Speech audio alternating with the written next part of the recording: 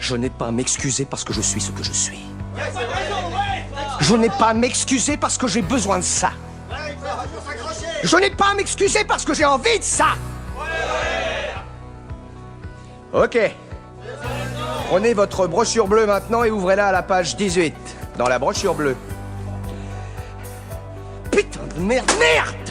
Chien! Je veux que vous preniez vos brochures blanches. C'est ça que je veux que vous fassiez.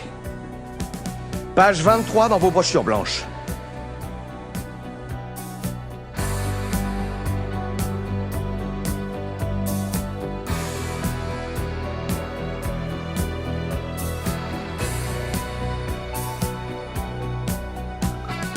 Bienvenue sur Ciné Icecast, le podcast qui parle d'un œil libre sur le cinéma. Bonjour chers auditeurs et auditrices, ici votre illustre inconnu pour un nouveau podcast. Bon, un film dont honnêtement j'ai pas énormément de choses à dire, alors non pas parce que le film est mauvais, mais parce qu'il m'a pas beaucoup intéressé, voilà, alors que, étonnamment, j'attendais un peu le film, alors non pas par son réalisateur, mais plus par l'acteur principal, on va dire ça comme ça, parce que le réalisateur Jan Goslan, ou Goslan, je sais pas comment on dit, est un réalisateur plutôt efficace dans sa forme, mais à chaque fois dans le fond, c'est quelqu'un qui n'assure pas très bien ses scénarios, c'est-à-dire que, en gros, Jan Goslan, c'est un peu le mec qui a un concept intéressant, mais il en fait pas grand-chose. Je développerai ensuite cette idée, mais voilà, c'est un peu particulier. Je me disais que le film valait le coup surtout pour le comeback d'un acteur qu'on n'avait pas vu depuis 2-3 ans, depuis le phénomène qu'avait été le Comte de Monte Cristo, puisque voilà, c'est le grand retour de Monsieur Dantès, on peut l'appeler comme ça, Pierre Ninet, puisque aujourd'hui nous parlons du film Gourou, réalisé par Jan Goslan, on va l'appeler comme ça, et dans le rôle titre, Pierre Ninet, et croyez-moi le Pierre Ninet, on va le voir partout dans le film, c'est même un film qui est dédié à Pierre Ninet. Là aussi je vais en parler après, donc voilà, petit extrait. Encore une fois, ce que tu veux, c'est ce que tu veux. Matt, qu'est-ce que t'as fait?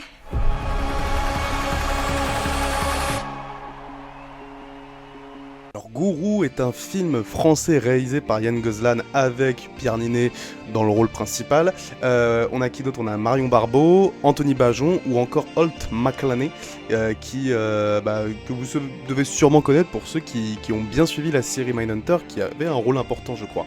Alors comme j'ai pu le dire sur le papier, Gourou c'était un film qui avait un concept assez fou quand même, voire même jamais été véritablement mis en scène ou en lumière à la fois dans un film français et dans un film américain. Bon, le film raconte l'histoire de Mathieu Vasseur qui est un espèce de coach en développement personnel, c'est même un coach indépendant, c'est-à-dire qu'il n'a ni diplôme, il n'a pas non plus de réelles contraintes véritablement.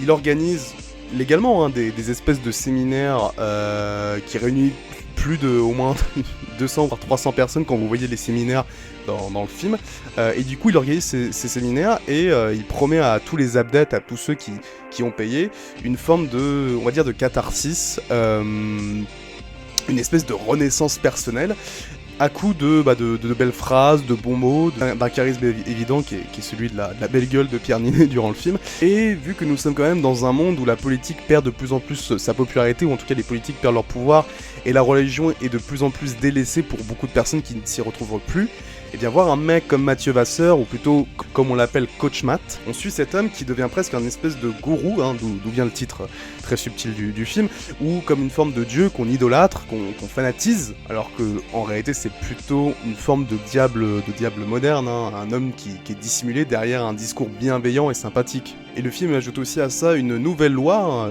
quand le film commence, on a une nouvelle loi politique qui vise justement à encadrer ces coachs de développement personnel, qui est de plus en plus en train de s'imposer, même si bon, le terme de coach en développement personnel, c'est pas que c'est ringard, mais c'est vrai que bon, maintenant on les voit plus sur TikTok ou sur Instagram, et donc une envie de la part du gouvernement français de imposer des coachs en développement personnel par des lois. Forcément Mathieu Vasseur, qui est un mec indépendant et qui rejette toute forme d'institution, c'est un peu même sa valeur et son mode de vie, il va avoir les institutions au cul, et en plus il va avoir beaucoup de problèmes liés au fanatisme que beaucoup entreprend envers ce mec. Alors c'est vrai que dit comme ça, le concept il est fort, il est vraiment fort, mais le problème, alors comme j'ai pu le dire, c'est Jan Goslan. Jan Goslan, c'est... En fait le problème de ce mec est un peu le problème d'à peu près tous ces films, je les ai pas tous vus. Je crois que les derniers films, je les ai pas vus. J'ai pas vu Vision et j'ai pas vu Dalloway. C'est un peu toujours le même problème, c'est-à-dire que, comme j'ai pu le dire, il a souvent des très bonnes idées, il a souvent des très très bons concepts, mais il va jamais complètement au bout. Ou alors, et ça c'est l'autre problème, ces scénarios vont se vautrer complètement, et du coup on se retrouve avec beaucoup de films qui commencent très bien mais qui finissent assez mal, mais pas dans le bon sens du terme. C'était déjà le cas avec Boîte Noire, que j'avais plutôt bien aimé, hein, même à sa sortie, mais voilà, au fur et à mesure des revisionnages, je trouve que le film se perdait clairement dans les 30 dernières minutes.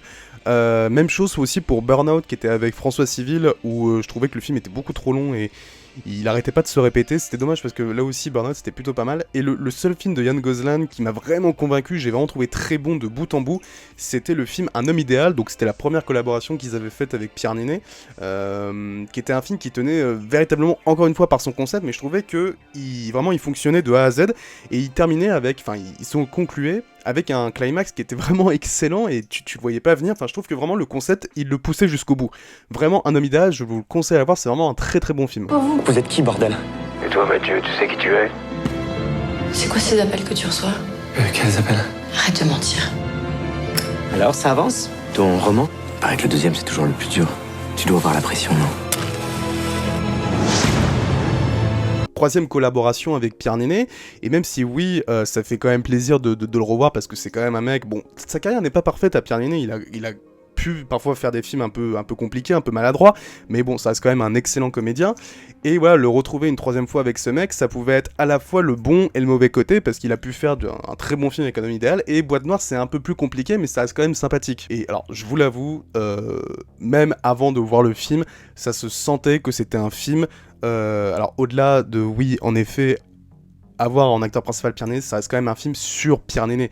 Je veux dire, le film vient de l'idée de Pierre Ninet, le film a été produit par sa société de production, le film est centré, on va dire, sur le personnage de Mathieu Vasseur qui est interprété par Pierre Ninet. La seule personne qui a fait toute la promo du film, ça reste Pierre Ninet. Donc oui, on pouvait vraiment s'attendre à ce que ça soit un petit ego trip, même pas dissimulé. Et en fait, véritablement, le véritable gourou du film, c'est pas Mathieu Vasseur, c'est Pierre Ninet. Il est absolument partout à l'écran, tout le temps. Le mec, en fait, il devient tellement omniprésent qu'en fait, il cache même les autres acteurs, malheureusement. Alors attention, quand je dis ça, moi j'adore Pierre Ninet, hein, y a aucun problème, je trouve que c'est un des meilleurs acteurs français actuels. C'est vraiment un mec qui a fait des choix de carrière excellents, sans aucun doute, mais voilà, le film est tellement centré sur lui, enfin sur le personnage, mais aussi sur l'acteur, que ça devient presque problématique. Surtout en fait quand on parle d'un personnage idolâtré, vu comme un messie, vu comme un espèce de dieu par ses adeptes. La coïncidence est quand même assez troublante entre, on va dire, le comédien et la personnage. Ça c'est assez étonnant. Salut à toutes, salut à tous. Pour ceux qui n'auraient pas vu ma vidéo, le super pouvoir de la persuasion, je vous remets le lien en description, n'hésitez pas à aller faire un tour. Comment être plus focus, comment être plus précis dans son écoute, comme dans sa capacité à être écouté et donc à convaincre. Et attention à la cheap dopamine, on en a parlé. Les jeux vidéo, les réseaux sociaux, le porno. Avec quelques règles de vie, vous allez pouvoir faire comme moi et atteindre un niveau de concentration que vous avez jamais connu. De toute façon, je vais pas faire une critique très très longue parce que pour moi le film m'a pas beaucoup intéressé. Alors, Gourou est un film plutôt bof. Alors, je vais développer un peu plus. Au-delà d'être un film pas mauvais, c'est-à-dire que c'est pas une catastrophe, pour moi c'est un film extrêmement brouillon. Brouillon dans ses idées, brouillon dans sa narration aussi, et brouillon dans son message. Et là, c'est peut-être le truc le plus problématique, c'est son message qui paraît quand même assez particulier. Après, bon, moi, c'est encore une fois mon avis, hein, ça reste personnel, mais tu sors du film sans vraiment avoir compris le point de vue du auteur. Qu'est-ce qu'a vraiment voulu dire Gosling? Qu'est-ce qu'a vraiment voulu dire Pierre Ninet à travers ce film? Tu comprends pas trop. Parce que si vous vous attendez vraiment à une vraie dénonciation des dérives du coach en développement personnel illégal, enfin si on peut dire illégal, mais en mec qui se croit plus intelligent que les autres, en se disant que en disant en gourou, en maître de la pensée, en espèce de leader, ces figures qui sont quand même très présentes aujourd'hui, même si, comme j'ai pu le dire, on est plus maintenant sur les espèces de TikTok, réseaux sociaux. Si vous attendez à une véritable dénonciation, vous allez être énormément déçus parce que le film n'assume jamais vraiment d'aller sur un point de vue ou n'assume jamais vraiment un point de vue clair. Il raconte en fait il raconte l'histoire d'un homme détestable, dangereux, Mais en fait, c'est ça un peu le gros problème du film, c'est qu'il est constamment mis en valeur, mais jamais réellement puni par ses actes. Et là, ça devient vraiment problématique. C'est-à-dire que le personnage de Mathieu Vasseur, il provoque un chaos énorme autour de lui, il fout un énorme bordel par ses actes, par ses conneries, par ses agissements personnels. Mais en fait, tout le chaos et tout le bordel qu'il met en place, jamais ça devient un frein à son ascension, qui fait que t'as jamais peur pour lui, et bon, de toute façon tu t'attaches pas à lui parce que c'est un énorme connard et c'est vu comme ça. Et il y a beaucoup de choses aussi, beaucoup d'éléments qui sont intéressants dans le film et qui sont, je dirais pas mal développés, enfin si, ils sont mal développés parce qu'en fait ils vont jamais au bout de leurs idées. Que ça soit la loi sur les diplômes pour ces coachs en développement personnel, oui c'est présent au début et en fait c'est complètement éclipsé sur on va dire sur les 40 dernières minutes. La relation avec le frère de Pierre Ninet est super intéressante aussi, mais jamais exploité jusqu'au bout, ou alors si c'est exploité, mais ça va vers une finalité que je trouve assez ridicule et un peu trop gravissime et sombre pour qu'en fait ça soit crédible à l'écran. L'autre chose aussi qui est intéressante, c'est les fanatiques qui sont prêts à tout pour devenir l'assistant ou voir le mec qui va aider Mathieu Vasseur parce qu'ils deviennent complètement fous, ils veulent devenir comme lui. On a le cas du personnage de Anthony Bajon. Quitte à aller très loin, bah là aussi même chose, c'est pas assez développé et ça va même vers quelque chose d'assez caricatural. Tous ces éléments en fait sont là, ils sont passionnants, mais ils n'ont jamais de réel impact sur le parcours de Mathieu. Et en fait ça se confirme avec une fin quand même assez maladroite, à l'image du film en fait, j'ai envie de vous dire, creuse, floue et un peu frustrante. Ce que tu veux, c'est ce que tu es. Mathieu Vasseur, numéro 1 des coachs français. Je vais vous donner les bons outils pour réussir. Pourriez-vous nous donner votre définition du coaching, s'il vous plaît? Je suis fière de toi. Écoutez, moi je vois nos vies comme des chemins. Un petit peu moins de métaphores et un peu plus de réponses directes, monsieur Vasseur. Et après, ce qui reste du film, bah au final, ça reste quand même Pierre Ninet. C'est son grand retour à l'écran après le phénomène Monte Cristo, où il était absolument génial dedans, j'avais absolument rien à dire, le mec il était impérial pendant plus de 3 heures de film. Alors là aussi, bon ça reste un super acteur, donc il fait clairement le taf, mais je trouve qu'il y a quand même des moments où, bon pour moi il en fait trop, il surjoue trop, mais ça fallait s'y attendre. Quand tu interprètes un mec, un gourou de secte, il y a un moment... Tu tombes un peu dans le caricatural, et encore je trouve qu'il arrive à s'en sortir, ça c'est plutôt pas mal. Mais l'autre problème c'est plutôt en fait que Ninet là il retombe dans ce que je pourrais appeler le Ninet un peu larmoyant, c'est-à-dire que là on est sur un espèce de Ninet César, genre tu vois que c'est un rôle, je vais pas dire un rôle qui est fait pour les Césars, mais j'ai l'impression qu'il tombe un peu dans sa caricature. Qui contraste énormément avec la sobriété qu'il avait dans Monte Cristo malheureusement. Je pense que Monte Cristo c'est son plus grand rôle à l'écran et là c'est vrai que c'est un peu plus compliqué. Bon, il reste quand même très convaincant à l'écran, j'ai aucun problème dessus, c'est juste que c'est pas parfait. Le problème c'est que en fait c'est son personnage qui bouffe tellement l'écran, mais dans le mauvais sens du terme, je vais pas dire qu'il crève l'écran, mais en fait il bouffe tellement l'écran que les autres personnages n'existent plus en fait. Il les assombrit énormément.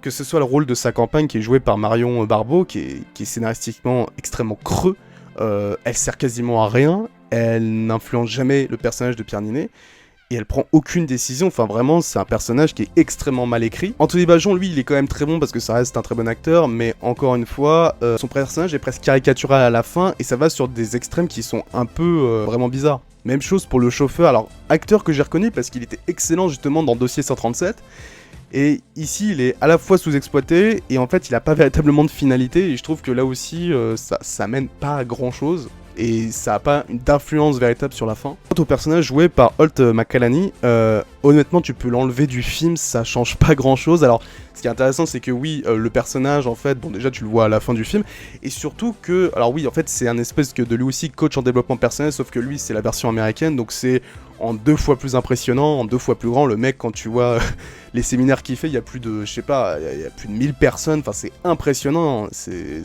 vraiment en 2 fois pire, c'est les Américains quoi. Alors vous allez voir, vous allez croire que je défonce le film, non mais bon c'est un film qui m'a pas, je dirais même pas que le film m'a déçu parce que j'avais énormément de... J'avais quand même beaucoup d'inquiétude avant d'aller voir le film, et c'est vrai que voilà, je m'attendais vraiment à un film au moins sympathique. Bon, je veux dire que ça fonctionne pas énormément. On va tous être au chômage, voilà, c'est plus clair ça? Matt, le vote de la loi c'est dans 10 jours. T'es pas non plus sur le mont des Oliviers à prêcher la fraternité universelle, non? Je peux pas les laisser tout me prendre.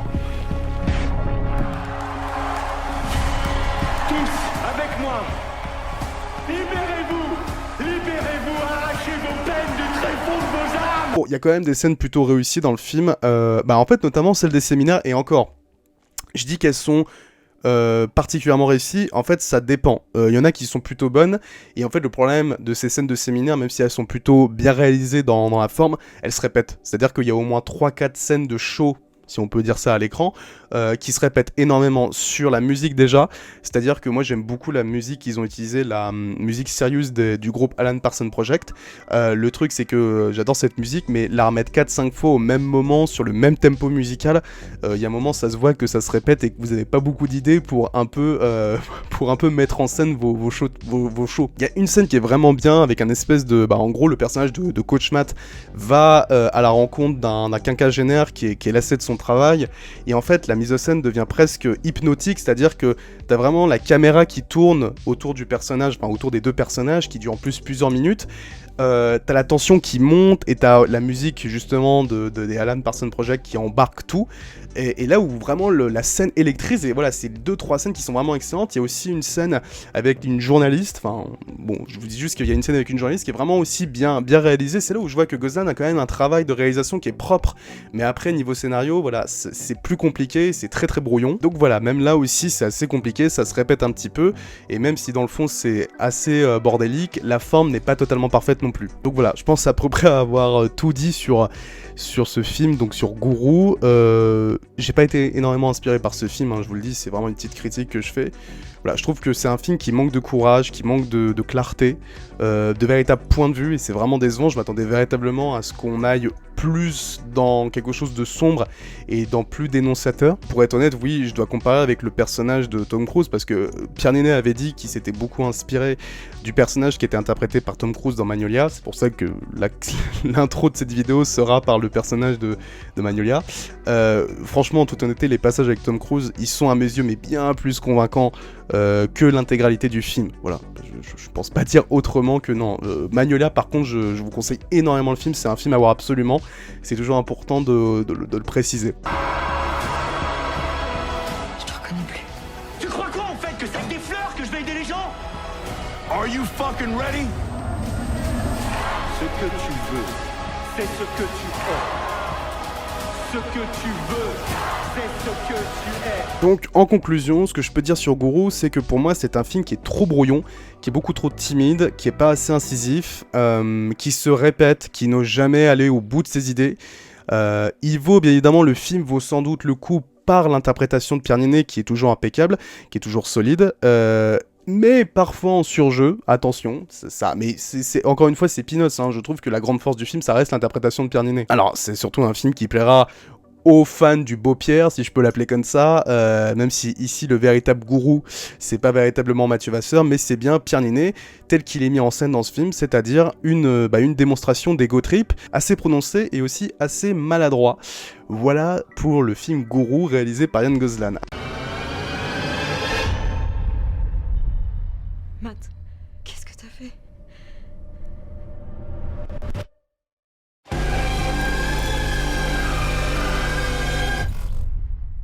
Alors, dites-moi ce que vous en avez pensé. Est-ce que vous avez vu Guru? Est-ce que vous avez aimé ou pas, etc. Dites-moi pourquoi aussi, qu'on puisse en débattre. Laissez un petit commentaire, petit like, vous connaissez la musique, etc. Et moi, je vous dis à très bientôt sur la chaîne pour une nouvelle critique, sûrement. Pour celle peut-être du Marsupilami, sûrement. On verra si tout se passe bien. Ah oui, et dernière chose, si vous voulez savoir ce que je pense, désolé de spoiler, de la scène avec TPMP avec Hanouna, no comment. Voilà, pas grand chose à dire, no comment. Au cas où on se reverrait pas d'ici là, je vous souhaite une bonne soirée et une excellente nuit.